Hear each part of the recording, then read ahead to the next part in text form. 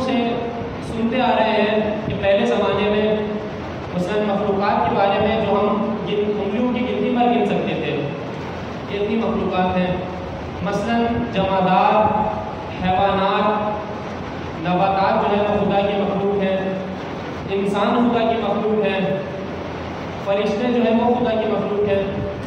یہ چند مخلوقات جس کے بارے میں انسان علم رکھتا تھا کہ یہ مخلوقات ہیں، لیکن اگر تمام مخلوقات کے بارے میں کہا جائے تو اس کے بارے میں کوئی بھی علم نہیں رکھتا۔ اور اس کی دلیل کیا ہے؟ اس کی دلیل یہ جو جدید دور میں ٹیکنالوجی جس طرح سے دریافت کر رہی ہے، مخلوقات کے حوالے سے جو دریافتیں ہو رہی ہیں، آپ وائرس کی مثال لے لیجئے یا مثلاً کوئی اور مخلوقات، سمندری مخلوقات ہیں یا مثلاً دیگر مخلوقات کے بارے میں، تو روز بروز ان مخلوقات کے بارے میں پتہ چلتا ہے، سائنس تحقیق کرتی ہے تو ایک نئی مخلوق دریافت ہوتی جاتی ہے۔ اب ان مخلوقات میں، ان تمام مخلوقات میں خدا نے انسان کو افضل مخلوق بنایا، انسان کو افضل اشرف کہا گیا کہ انسان اشرف المخلوقات ہے۔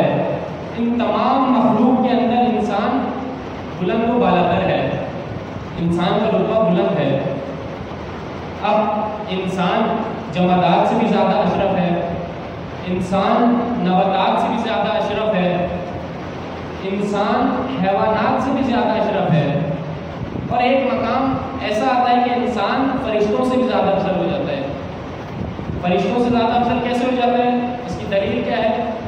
اب ہم نے دیکھا تو روایت مل گئی، ایک شخص نے امیر المومنین سے سوال کیا کہ یا امیر المومنین، آپ یہ بتائیے کہ انسان اشرف ہے، انسان بالاتر ہے یا فرشتے بالاتر ہیں؟ اب انسان یا حیوان یا فرشتے میں سے زیادہ افضل کون ہے، اشرف کون ہے؟ تو امیر المومنین نے سیدھا سیدھا جواب دے سکتے تھے کہ مثلاً فرشتے افضل ہیں یا شیطان افضل ہے۔ امیر المومنین نے صبح قیامت تک کے لیے کسوٹی بتا دی، ایک معیار بتا دیا کہ اگر تمہیں دیکھنا ہو کہ کون افضل ہے تو اس معیار پہ پرکھ لینا۔ وہ معیار کیا ہے؟ امیر المومنین نے بتا دیا کہ خدا نے فرشتے کو عقل دی لیکن شہوت نہیں دی۔ فرشتے کے پاس عقل ہے لیکن شہوت نہیں ہے۔ شہوت یعنی کیا؟ آسان اگر بتایا جائے سب کو سمجھانے کے لیے، مثلا خواہشات، کھانے پینے کی خواہشات یا دیگر خواہشات، خدا نے فرشتے کو نہیں دی، فرشتے کے پاس عقل ہے۔ اور اسی طرح سے حیوان، خدا نے حیوان کو خواہشات دے دی، شہوات دے دی لیکن عقل نہیں دی۔ خواہشات کیا؟ یعنی اگر آپ حیوان کے سامنے کھانا رکھیں گے تو وہ پوچھے گا نہیں کہ یہ کھانا کھانا ہے یا نہیں کھانا۔ اگر آپ کسی حیوان کو، جانور کو باغ میں چھوڑ دیں تو آپ سے پوچھے گا نہیں بلکہ پورا باغ کھا جائے گا۔ حیوان دیکھے گا نہیں کہ ممبر میرے بیٹھنے کی جگہ ہے یا نہیں، وہ ممبر پر آ کر بیٹھ جائے گا۔ کیا سن رہے ہیں آپ؟ صلوات پڑھیں محمد والا۔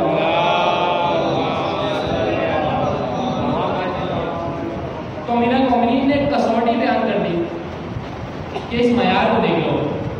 اب انسان کو امیر المومنین نے فرمایا کہ انسان کو خدا نے عقل بھی دی اور شہوت بھی دی۔ فرشتے کو کیا دی؟ فرشتے کو عقل دی، شہوت نہیں دی، اور حیوان کو شہوت دی، عقل نہیں دی۔ اب انسان کے پاس دونوں چیزیں ہیں، عقل بھی ہے اور شہوت بھی ہے۔ اب امیر المومنین نے کیا معیار بتایا؟ امیر المومنین نے بتایا کہ اب انسان اگر اپنی عقل کو اپنی شہوت پر غالب کر دے تو فرشتے بھی سے بھی زیادہ افضل ہو جاتا ہے۔ اگر انسان اپنی عقل کو شہوات کے اوپر غالب کر دے، اگر اس کی عقل غالب آ جائے تو وہ فرشتوں سے بھی زیادہ افضل ہو جاتا ہے۔ اور دوسری طرف کہ اگر اس کی خواہشات، اس کی شہوات اس کی عقل پر غالب آ جائیں، اس کی عقل کے اوپر غالب آ جائیں تو وہ جانور سے بھی بدتر ہو جاتا ہے، وہ انسان جانور سے بھی زیادہ بدتر ہو جاتا ہے۔ تو اس طرح سے خداوند متعال نے انسان کی قرآن میں مدح کی، کبھی انسان کے بارے میں کہا کہ یہ اشرف ترین مخلوق میں سے ہے، اور کبھی کہا کہ انسان تم تذکرے کے لائق نہیں تھے، تم ذکر کے لائق نہیں تھے کہ تمہارا دل میں ذکر کیا جائے، لیکن ہم نے تمہیں اس قابل بنایا کہ تمہارا ذکر ہوتا ہے۔ اور پھر کہا کہ فتبارک اللہ، کہ کتنی بابرکت ہے وہ ذات کہ جس نے انسان کو بنایا، کہ جس نے انسان کو خلق کیا۔ تو اب انسان ان آیات کو دیکھ کر تکبر میں آ گیا، ان آیات کو دیکھ کر تکبر میں آ گیا کہ میں تو اشرف ترین مخلوق ہوں، میں تو سب سے زیادہ اشرف ہوں۔ انسان یعنی اگر عمومی زبان میں کہیں انسان چوڑا ہو گیا کہ میں تو سب سے زیادہ اشرف ہوں، تو پھر خدا نے انسان کو یہ اندازہ نہیں تھا کہ خدا اس کی بات کرنے کے لیے، اس کی اس عقل کو ختم کرنے کے لیے ایک اور آیت لے آئے گا۔ تو پھر خدا نے آیت نازل کی جو میں نے آپ کے سامنے سرنامے میں پیش کی کہ کمثل شیطان، کہ بعض لوگ شیطان کی مانند ہیں، بعض افراد شیطان کی مانند ہیں۔ کون سے افراد ہیں وہ؟ آگے خدا نے کہا کہ ایسے افراد کہ شیطان کسی کو جب بہکاتا ہے تو دنیا میں انسانوں کو بہکاتا ہے، تو روایت کے الفاظ ہے کہ محشر میں یا آخرت میں شیطان کہے گا کہ میں نے تم کو نہیں بہکایا تھا، بلکہ میں تو خدا سے ڈرتا ہوں، میں نے تم کو نہیں بہکایا تھا۔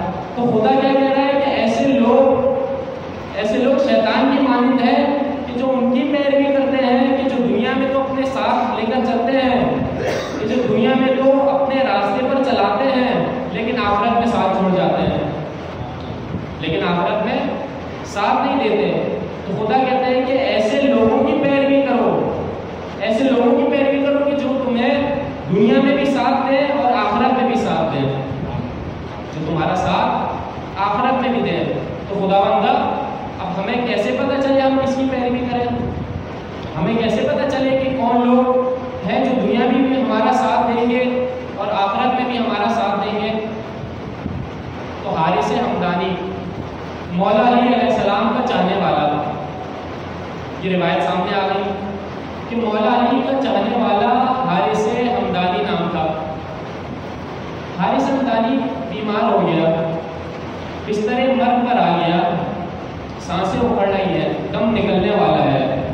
امیر المومنین کو اتنا ملی کہ میرا چاہنے والا حارث مرنے والا ہے، اس کی سانس اکھڑ رہی ہے، اس کا دم نکلنے والا ہے۔ تو امیر المومنین نے کہا اپنے ساتھیوں سے، اپنے اصحاب سے کہ سواری تیار کرو، ہمیں حارث کے پاس جانا ہے، ہمیں حارث ہمدانی کے پاس لے چلو۔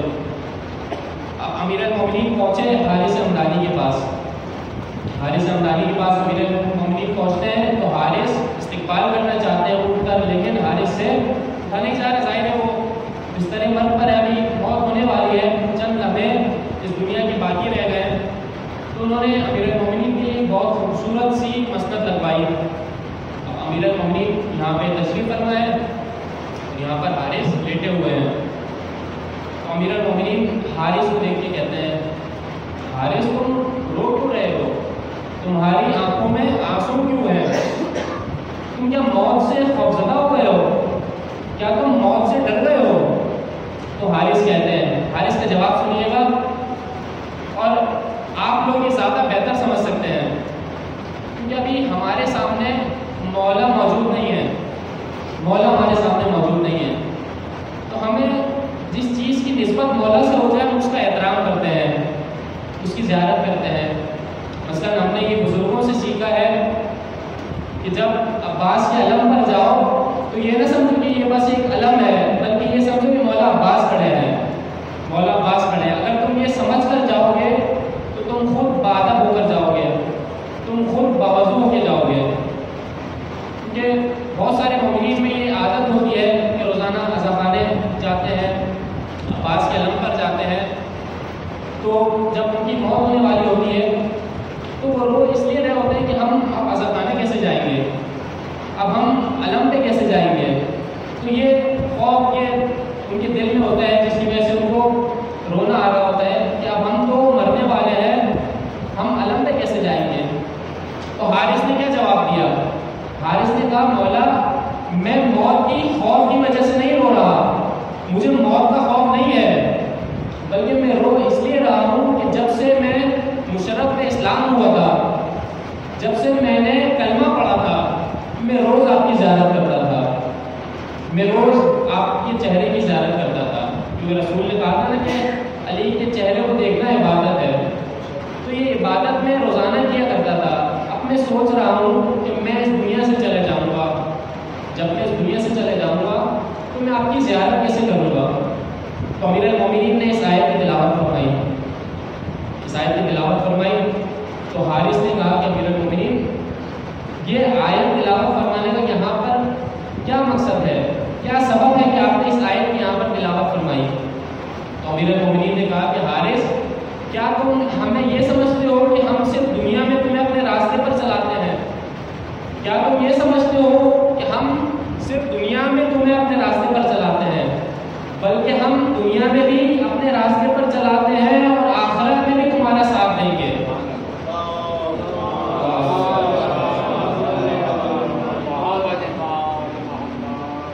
ہم آخرت میں بھی تمہارا ساتھ دیں گے۔ اے حارث جب تمہاری روح قبض ہوگی کوئی آئے نہ آئے تمہارا مولا علی موجود ہوگا، تمہارا مولا علی موجود ہوگا۔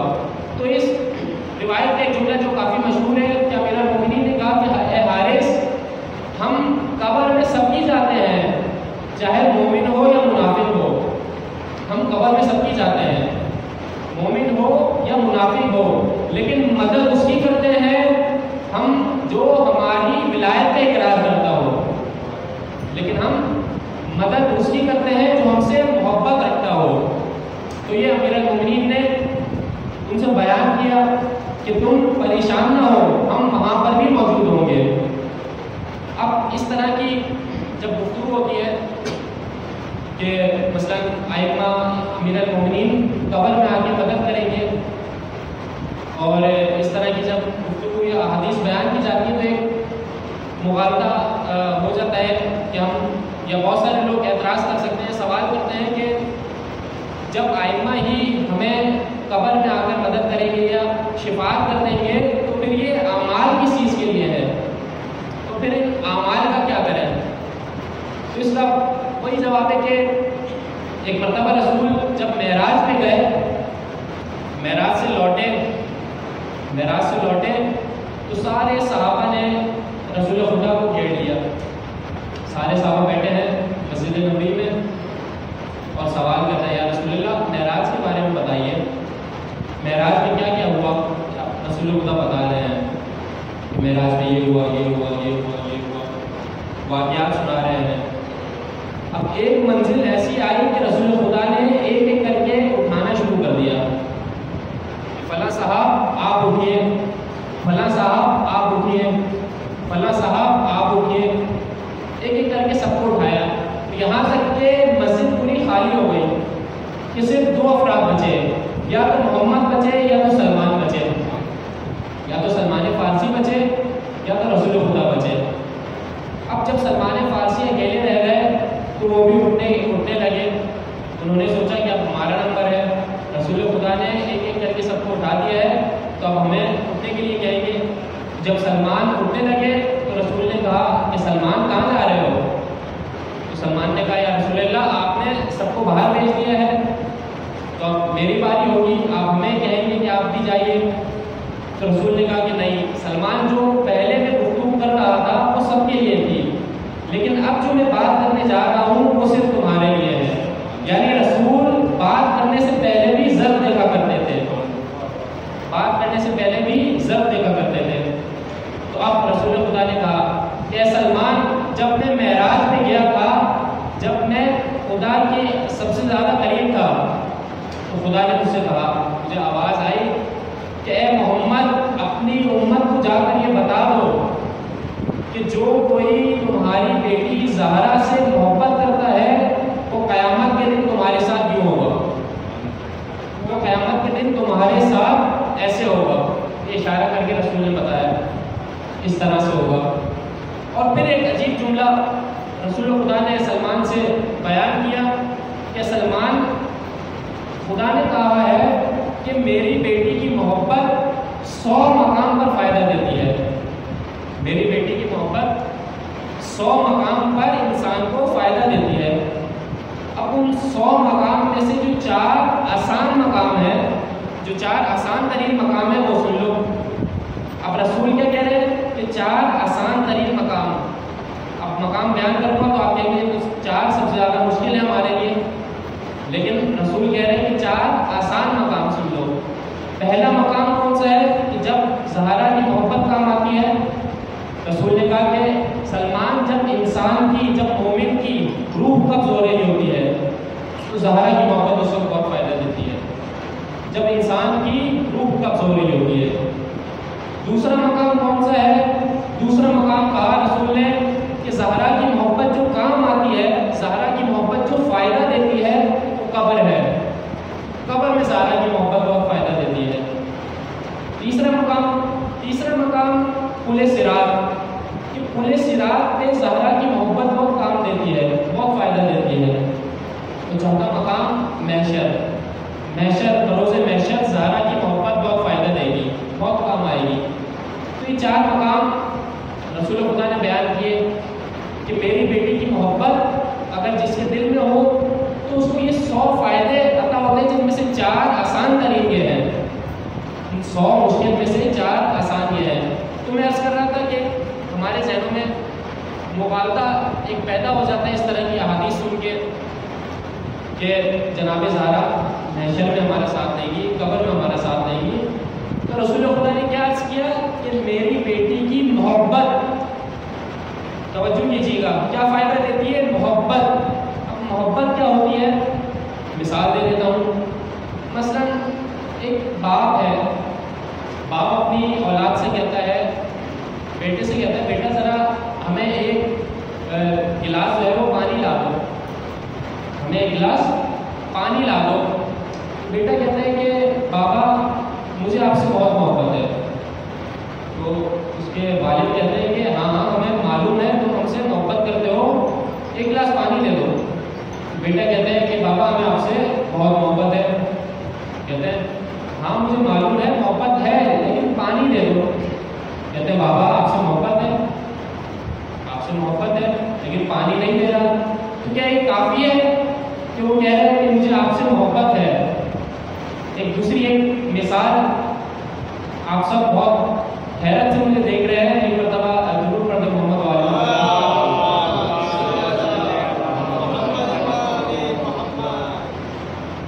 شیطان کو اپنی عبادت پر بہت ناز تھا، تو فرشتوں کے سامنے تذکرہ کیا کرتا تھا کہ میری عبادت ایسی ہے، میں سب سے زیادہ خدا سے محبت کرتا ہوں، اپنی محبت کے دعوے کیا کرتا تھا فرشتوں کے سامنے۔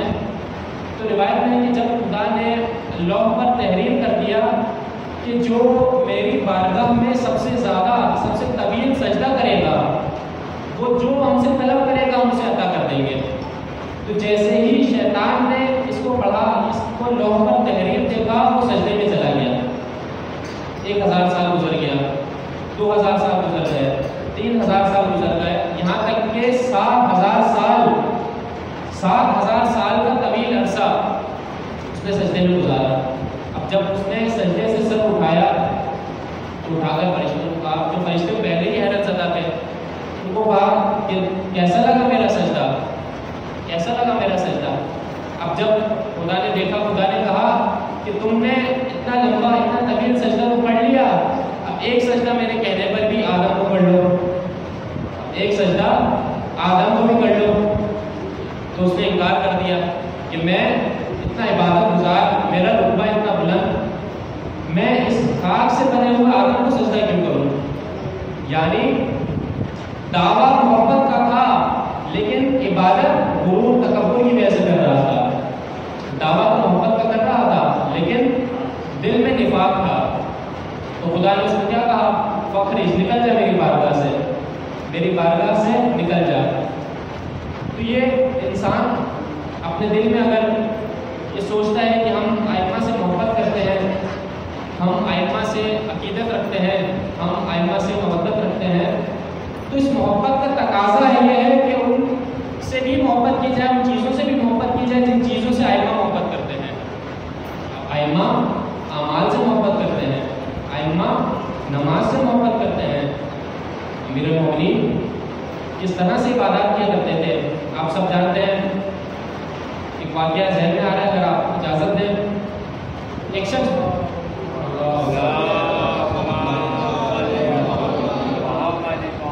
پریشان تو نہیں ہو رہے آپ لوگ؟ ایک مرتبہ دوبارہ سلوات پڑھ دیں.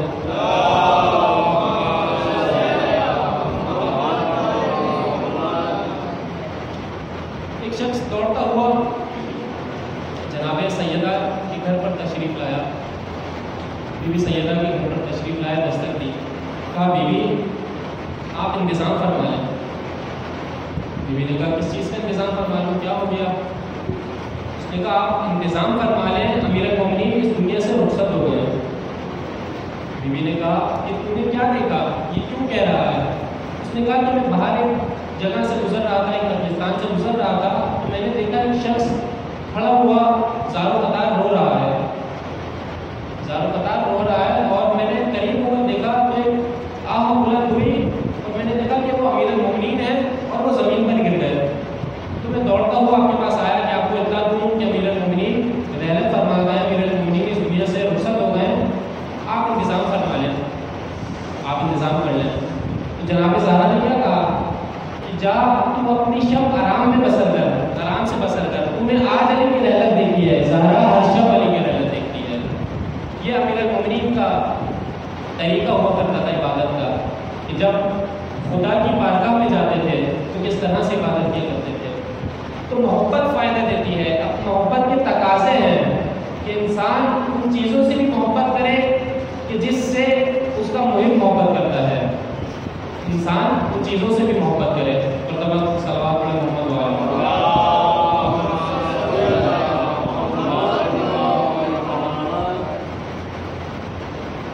سید مرتضیٰ اس تقریر کے آخری جملے ہیں.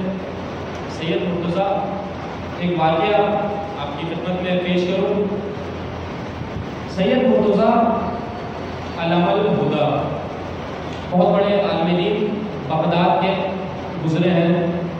کون ہے یہ؟ سید رضی کے بھائی. سید رضی کون ہے؟ نہج البلاغہ جنہوں نے تدوین دی ہے، نہج البلاغہ جنہوں نے جمع کی، ان کے بھائی ہیں سید مرتضیٰ علامہ الہدیٰ. علامہ الہدیٰ، علامہ الہدیٰ ان کا لقب ہے، ان کو علماء نے لقب دیا تھا. علم کہتے ہیں نشانی کو، ہدا یعنی ہدایت. علامہ الہدیٰ یعنی ہدایت کا نشان، ہدایت کا نشان. اب یہ سید مرتضیٰ جو ہے وہ بغداد میں رہتے تھے، تو بغداد سے قافلہ جا رہا تھا حج کے لیے.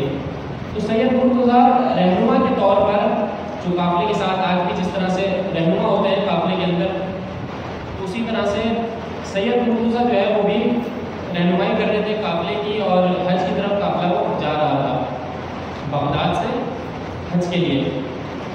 تو قافلہ چلا، راستے میں ایک شخص ان کے پاس آتا ہے، کہتا ہے سید آپ کو معلوم ہے اس قافلے میں ایک لڑکی موجود ہے جس کی عمر 18 سال ہے، لیکن اس کے بال سفید ہو چکے ہیں، اس کی کمر خم ہو چکی ہے، اس کی کمر خم ہو چکی ہے، اس کی ابرو سفید ہو چکی ہے، یعنی وہ بڑھیا ہو چکی ہے.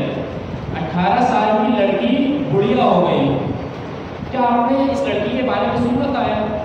اب سید مرتضیٰ کہتے ہیں کہ ہاں میں نے سنا تو ہے کہ ایسی کوئی لڑکی ہے بغداد میں. تو وہ شخص کہنے لگا سید وہ ہمارے ساتھ قافلے میں موجود ہے. اب جب سید کو پتہ چلا تو انہوں نے کہا کہ ہمیں اس لڑکی سے بات کرنی ہے، کیونکہ عالم کے اندر جستجو ہوتی ہے کہ وہ پتہ لگائے، معلوم کرے کہ اس کے پیچھے کیا ماجرا ہے. تو کہتے ہیں ہمیں اس لڑکی سے ملاقات کرنی ہے، اس سے بات کرنی ہے. تو پھر اس لڑکی کو بلایا جاتا ہے، ایک پردہ آویزاں کیا جاتا ہے، ایک طرف لڑکی ہوتی ہے، ایک طرف سید مرتضیٰ علامہ الہدیٰ تشریف فرما ہوتے ہیں. اور وہ لڑکی سے پوچھتے ہیں کہ لڑکی تمہارے ساتھ کیا واقعہ ہوا، یہ ماجرا کیا ہے کہ تمہاری عمر، تمہاری سن تو اتنا کم ہے، لیکن تمہاری جو حالت ہے، تمہاری جسمانی جو کیفیت ہے وہ بالکل بڑھیا والی ہے. تو کہتی ہے کہ سید میں آپ کو کیا بتاؤں مجھ پر کیا گزری. سید میں آپ کو کیا بتاؤں. توجہ سے سنیے گا، موضوع سے متعلق واقعہ آپ کو سنا رہا ہوں. آپ سے امیر المومنین نے حارث کو کہا تھا نا کہ ہم قبر میں تو سب کی جاتے ہیں، چاہے مومن ہو یا منافق، ہم قبر میں سب کی جاتے ہیں، لیکن مدد اس کی کرتے ہیں جو ہمارا ہو، مدد اس کی کرتے ہیں جو ہماری ولایت کا اقرار کرتا ہو. تو وہ لڑکی بتاتی ہے کہ سید میرا ایک بھائی تھا اور ہم غیر شیعہ گھرانے سے تعلق رکھتے تھے. ہمارا تعلق فقہ امامیہ سے نہیں تھا، فقہ جعفریہ سے ہمارا تعلق نہیں تھا، اور میں اپنے بھائی کے ساتھ رہتی تھی. میں اور میرا بھائی ایک دوسرے سے بہت پیار کرتے تھے. میرا بھائی مجھ پہ قربان رہتا تھا، میں اپنے بھائی پہ فدا رہتی تھی. ہم دونوں ساتھ کھیلتے تھے، ساتھ کھانا کھاتے تھے، ساتھ پڑھنے جاتے تھے. میرا بھائی میرا بہت خیال رکھتا تھا. یہاں تک کہ ایک وقت ایسا آیا کہ میرا بھائی مریض ہو گیا، میرے بھائی کو بیماری لاحق ہو گئی. تو ہم نے بہت بڑے بڑے طبیبوں کو دکھایا، حکما کو دکھایا، ڈاکٹروں کو دکھایا، سب نے آگے علاج کیا، لیکن ایک منزل ایسی آئی کہ سب نے جواب دے دیا کہ اب تمہارا بھائی لاعلاج ہو چکا ہے، اب اس کا علاج ممکن نہیں، اب تو یہ مرے گا. جب میں نے سنا کہ میرا بھائی مر جائے گا تو میں بہت پریشان ہوئی کہ بھلے مریض تھا، بیمار تھا، لیٹا رہتا تھا، لیکن مجھے دھارس ہوتی تھی کہ میرا بھائی میرے ساتھ ہے. اگر یہ مر جائے گا تو میں اپنے بھائی کو کہاں پاؤں گی، میں اپنے بھائی کو کیسے پاؤں گی. کہتی ہے سید پھر ایک وقت ایسا آیا کہ میرا بھائی مر گیا، اور یہاں تک کہ اس کے غسل و کفن کا اہتمام ہوا اور میرے بھائی کا جنازہ اٹھا. میرے بھائی کے جنازے کو اٹھا کر لوگ قبرستان کی طرف لے کر جانے لگے، قبرستان کی سمت لے کر جانے لگے. تو میں چونکہ اپنے بھائی سے بہت محبت کرتی تھی، اپنے بھائی کو بہت چاہتی تھی، تو میں بھی چھپ چھپ کے پیچھے پیچھے جانے لگی، پیچھے پیچھے جانے لگی. اب جب وہ میرے بھائی کی میت کو لے کر قبر کے پاس پہنچے اور انہوں نے میرے بھائی کو دفن کر دیا، دفن کرنے کے بعد میں کہیں پیچھے چھپی وہ منظر دیکھتی رہی کہ جب سب لوگ چلے گئے، میرے بھائی کو دفنا کر سب لوگ چلے گئے، تو میں جلدی سے قبر کے پاس پہنچی اور میں نے گولکن سے کہا کہ بھائی اس قبر کے ساتھ میں بالکل برابر میں ایک اور قبر کھود دو، ایک اور قبر کھود دو. تو گولکن نے پیسے وغیرہ لے کر قیمت وصول کر کے قبر کھود دی. تو پھر جب قبر کھود گئی تو اس لڑکی نے کہا کہ میں نے گولکن سے درخواست کی، سارا معذرہ بتایا کہ میں اپنے بھائی سے بہت محبت کرتی تھی، سارا احوال بتایا کہ ان دو قبروں کے درمیان میں ایک کھڑکی بنا دو، ان دو قبروں کے درمیان میں ایک کھڑکی بنا دو تاکہ اگر میرا دل بےتاب ہو تو میں اپنے بھائی کی زیارت کر سکوں، اپنے بھائی کو دیکھ سکوں. تو گولکن نے کھڑکی بنا دی. اب جب وہ لڑکی برابر والی قبر میں اتر گئی، اس نے گولکن سے کہا کہ اوپر والا جو اینٹ رکھتے ہیں، سلیب جو رکھتے ہیں، ایک سلیب آپ پیچھے کی طرف رکھیے گا تھوڑا، تاکہ جب میرا دم گھٹنے لگے تو میں باہر آ سکوں. تو اس طرح میں قبر کے اندر چلی گئی، یہاں تک کہ دن ڈھل گیا، رات آ گئی. اب جب رات آئی تو میں اپنے بھائی کے چہرے کو دیکھتی رہی، روتی رہی، روتی رہی، روتی رہی، یہاں تک کہ قبر ہلنے لگ گئی. کہ سید اچانک سے میں نے دیکھا قبر ہلنے لگ گئی، قبر ہلنے لگ گئی اور دو خوفناک شکل کے ہیولے قبر میں نمودار ہوئے، قبر میں ظاہر ہوئے. اور دو ہیولے تھے جن کا چہرہ بہت زیادہ سرخ تھا، ان کے ہاتھوں میں نیزے تھے، ان کے منہ سے جھاگ نکل رہا تھا. دو ہیولے میرے بھائی کی قبر میں آ گئے اور میرے بھائی سے میں نے اپنے بھائی کو دیکھا تو میرے بھائی بھی بیدار ہو گیا اور اس نے میری طرف نہیں دیکھا بلکہ خوفزدہ ہو کر ان دو ہیولوں کی طرف دیکھنے لگ گیا. تو اب ان دو ہیولوں نے میرے بھائی سے سوال کیا کہ بتا تیرا رب کون ہے. اب میرا بھائی بولنا چاہتا تھا لیکن اس کی زبان حرکت نہیں دے پا رہا تھا، وہ اپنی زبان کو چلا نہیں پا رہا تھا. انہوں نے دوبارہ سوال کیا کہ تیرا رب کون ہے. اب میرا بھائی جب جواب نہیں دے پایا تو وہ دونوں ہیولے بڑھے اور نیزے سے وار کرنے ہی والے تھے کہ اچانک سے قبر کے اندر روشنی اٹھی. قبر میں ایک نورانی کرسی بلند ہوئی اور اس نورانی کرسی پر ایک بزرگ، ایک شخصیت آ کر نے میرے بھائی سے کہا کہ کہہ دے کہ تیرا رب اللہ ہے. تو جب بزرگ نے کہا کہ کہہ دے کہ تیرا رب اللہ ہے، تو میرے بھائی نے کہا، میرے بھائی کی زبان گویا ہو گئی اور اس نے کہا کہ میرا رب اللہ ہے. تو ہیولو نے اگلا سوال کیا کہ تیری کتاب کیا ہے؟ تو پھر بزرگ نے کہا کہہ دے کہ میری کتاب قرآن ہے. بھائی نے میرے جواب دے دیا کہ میری کتاب قرآن ہے. تو پھر ہیولو نے اگلا سوال کیا کہ تیرا رسول کون ہے، تیرا نبی کون ہے؟ تو پھر ان بزرگ شخص نے میرے بھائی سے کہا کہ کہہ دے کہ میرا نبی محمد ہے، کہہ دے کہ میرے نبی محمد مصطفیٰ صلی اللہ علیہ وآلہ وسلم ہے.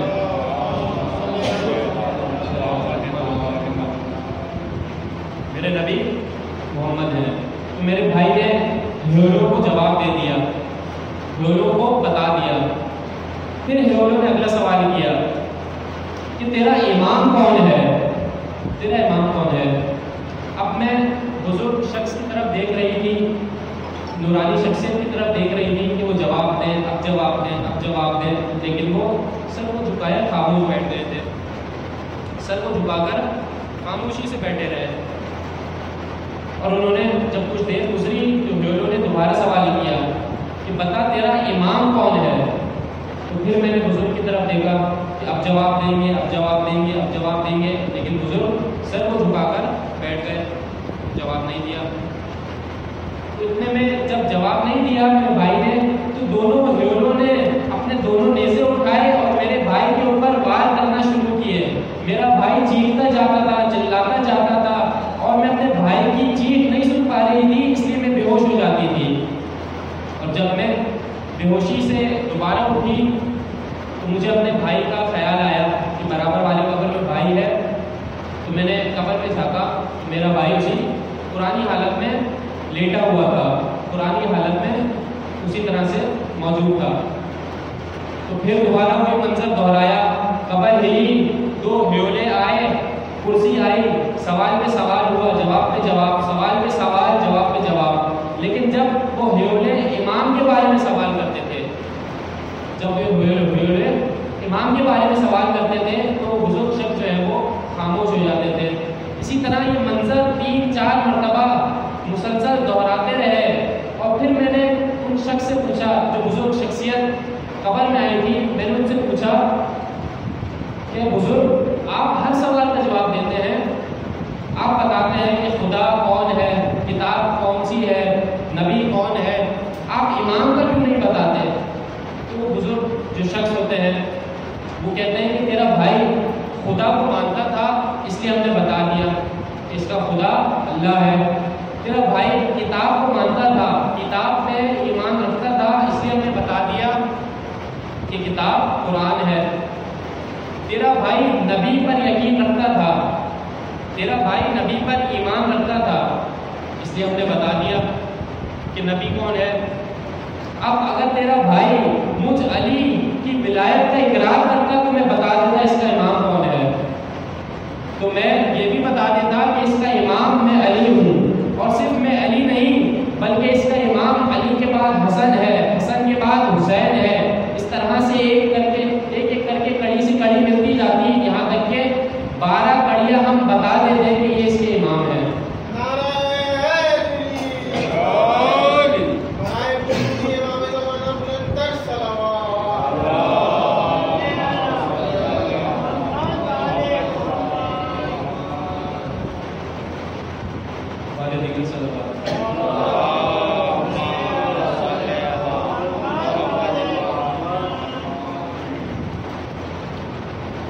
ہم ایک ایک کر کے بتا دیتے کہ اس کا امام کون ہے.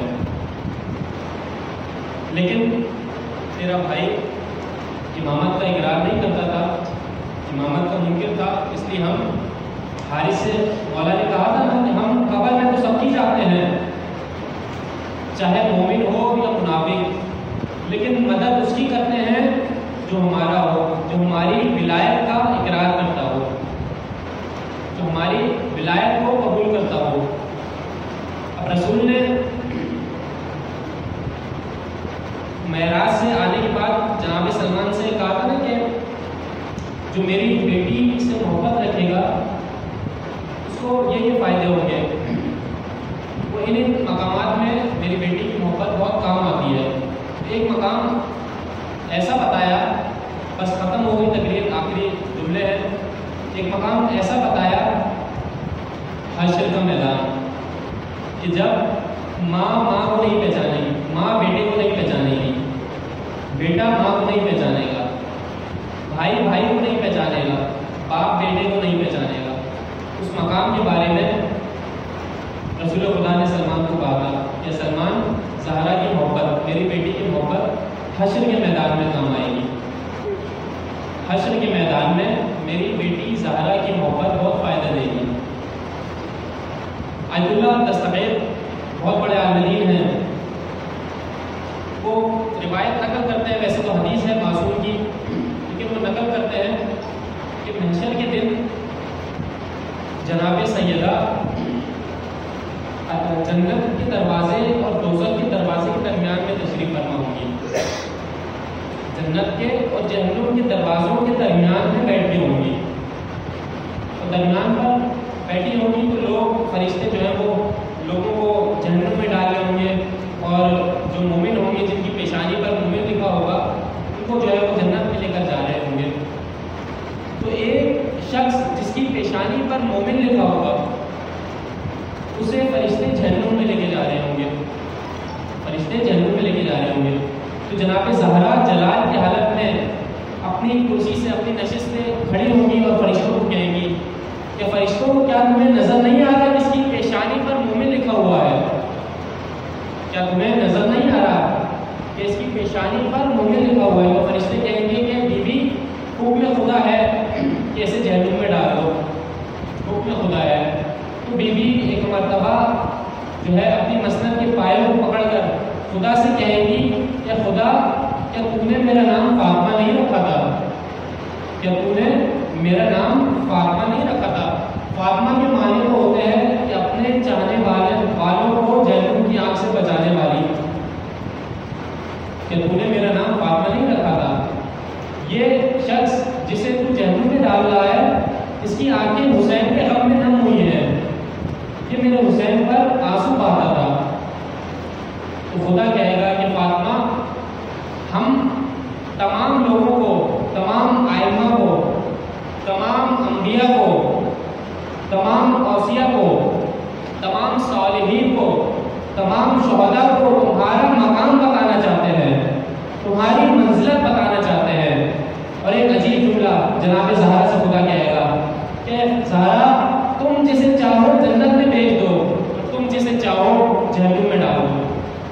اب اتنا عزم، اتنی پاور خدا نے جناب زہرا کو دی کیسے؟ جناب زہرا کے پاس اتنا عزم کیسے آیا؟ وہ ایک وعدہ تھا جو خدا نے زہرا سے کیا تھا، زہرا نے خدا سے لیا تھا کہ جب ننھے سے حسین گود میں تشریف لائے، حسین کی ولادت ہوئی. اب جناب حسین تو جناب سیدہ نے رسول خدا کی گود میں دیا. رسول خدا دیکھ کر مسکرا رہے ہیں، خوش ہو رہے ہیں کہ اچانک سے رسول خدا رونے لگے. رسول خدا کی آنکھیں نم ہو گئی. تو بی بی نے کہا کہ بابا، خوشی کے موقع پر یہ آنسو کیسے؟ تو رسول خدا نے کہا کہ بیٹی، ابھی ملک آیا تھا، فرشتہ آیا تھا، اور اس نے مجھ سے کہا ہے کہ یہ حسین جسے تم اتنی محبت سے دیکھ رہے ہو، اتنی محبت سے حسین کو دیکھ رہے ہو کہ کربلا کے میدان میں 3 دن کا بھوکا پیاسا مارا جائے گا، کہ 3 دن کا بھوکا پیاسا شہید کر دیا جائے گا، ذبح کر دیا جائے گا. تو بی بی نے رو کر کہا کہ یا رسول اللہ، اے میرے بابا، آپ تو موجود ہوں گے، آپ میرے حسین کو بچائیں گے نہیں؟ کہ آپ میرے حسین کو نہیں بچائیں گے؟ تو رسول خدا نے کہا کہ بیٹی، ہم موجود نہیں ہوں گے. تو بی بی نے کہا کہ علی مرتضیٰ تو موجود ہوں گے، وہ میرے حسین کو بچا لیں گے. تو رسول نے کہا کہ بیٹی نہیں، علی بھی موجود نہیں ہوں گے. تو بی بی نے کہا کہ حسن تو موجود ہوں گے. تو رسول نے کہا کہ نہیں، حسن بھی موجود نہیں ہوں گے. تو بی بی نے کہا کہ بابا میں اپنے حسین کو بچا لوں گی، میں اپنے حسین کو بچا لوں گی۔ تو رسول نے کہا کہ بیٹی آپ بھی موجود نہیں ہوں گی۔ تو بی بی نے رو کر ایک جملہ کہا کہ بابا اگر ہم سب نہیں، ہم میں سے کوئی بھی نہیں ہوگا، ہم سب اس وقت موجود نہیں ہوں گے اور میرا بیٹا حسین شہید کر دیا جائے گا تو اسے روئے گا کون؟ اس پر گریہ کون کرے گا؟ اس پہ روئے گا کون؟ تو رسول خدا نے کہا کہ بیٹی پریشان نہ ہو، خدا ایک ایسی قوم کو پیدا کرے گا، خدا ایک ایسی قوم کو پیدا کرے گا جو قیامت تک تمہارے بیٹے پر روئے گی، جو قیامت تک حسین کے غم میں روئے گی۔ عزاداروں، آپ سب دعائے فاطمہ ہیں، دعائے سیدہ ہیں، اپنی آوازوں کو جاری کرتے ہیں، اپنی آوازوں کو جاری کرتے ہیں۔ آپ یہ نہ سمجھیں کہ آپ جو روتے ہیں آپ کا رونا ضائع جاتا ہے۔ رسول خدا نے کہا تھا نہیں کہ بیوی کی محبت قیامت میں کام آئے گی اور بیوی جنت اور دوزخ کے دروازوں کے درمیان بیٹھی ہوں گی۔ بیوی آپ کے ان آنسوؤں کو دیکھ رہی ہوں گی، بیوی آپ کے ان آنسوؤں کو تو وہاں پر دیکھ رہی ہوں گی۔ اب ایک منزل ایسی آئی کہ جناب سیدہ کا جنازہ رکھا ہوا ہے، جناب سیدہ کا جنازہ تیار ہے، سب آ کر پرسہ دے رہے ہیں۔ امیر المومنین نے کہا کہ آؤ بچوں اپنی ماں کو پرسہ دے دو، آؤ بچوں اپنی ماں کو پرسہ دو۔ اب ایک طرف جناب زینب ہے، ایک طرف جناب حسن ہے۔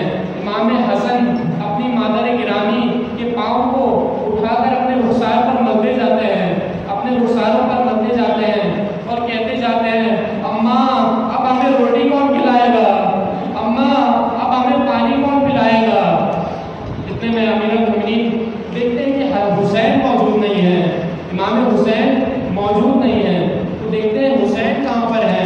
باہر جاتے ہیں دوڑتے ہوئے، دیکھتے ہیں حسین گھر کے صدر دروازے پر زاروں قطار پھوٹ پھوٹ کر رو رہے ہیں، حسین پھوٹ پھوٹ کر رو رہے ہیں۔ امیر المومنین جاتے ہیں، حسین کو گلے لگاتے ہیں، گول میں اٹھاتے ہیں، کہتے ہیں ماں کا جنازہ تیار ہے، حسین اپنی ماں سے آخری ودا لے لے، اپنی ماں سے آخری بار مل لے۔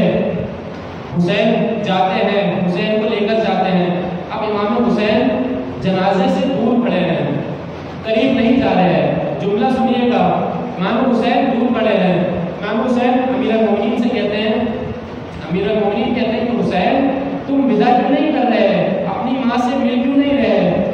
تو امام حسین کہتے ہیں کہ بابا ماں جب بھی مجھے بلاتی تھی میں دوڑتا ہوا چلا آتا تھا، اب جب تک ماں نہیں بلائے گی میں نہیں ملوں گا، میں نہیں جاؤں گا۔ یہ سننا تھا کہ جناب زہرا کے بندے کفن ٹوٹتے ہیں، جناب زہرا ہاتھوں کو اٹھا کر کہتی ہیں اے میرے حسین آج ہم مجھ سے گلے مل لے، اے میرے حسین آج ہم مجھ سے لپٹ جا۔ امام حسین دوڑتے ہوئے ماں سے لپٹ جاتے ہیں۔ علماء کہتے ہیں کہ جناب زہرا کے ہونٹوں پر جنبش ہوتی ہے، جناب زہرا کچھ کہہ رہی ہے، امام حسین اپنا کان جناب زہرا کے قریب کرتے ہیں۔ اب کیا بات ہوئی، کیا گفتگو ہوئی یہ پتہ نہیں چلا، لیکن